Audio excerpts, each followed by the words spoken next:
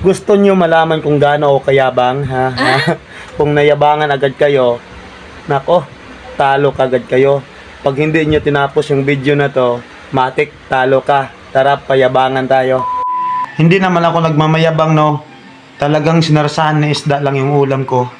Tanging mayayaman lang yung kumakain yan. Kasi sila lang yung may kayang mag-provide o makabili ng mga ganyang ulam. Kaya sa mga may hirap dyan, pasensya na kayo, ha? Kasi kami lang talaga kami lang. Ito hindi naman ako nagmamayabang dyan, pero yung ulam ko ngayon, sinarsahan na isda. Ayan, nung isang araw, sinarsahan ngayon, sinarsahan na naman. Ha? Meron kayo nun, ha? Siyempre, mga ano yan yung mga pagkain ng mga mayayaman. Nakita nyo yung kanin ko.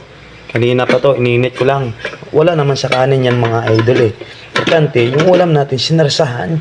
Yung tanging mayayaman lang yung kumakain ba? Baka sabihin mo, nagmamayabang ako ha. Sinasabi ko lang naman yung totoo mga idol. Tara, kain tayo. Sus, sinarsahan. Kain na kami mga idol Saan yung sinarsahan? Ito pala. Ito lang mga idol mga idol Tanging mayayaman lang yung kumakain nito. Kasi hindi kaya ng mga mahihirap.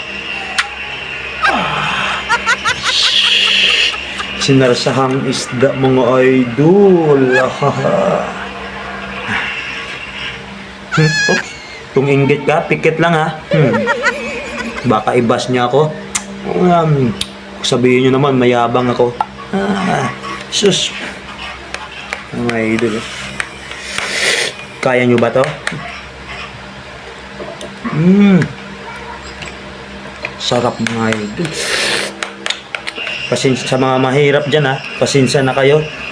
Hindi nyo kasi kayang bilhin to Tanging kami lang mga mayayaman.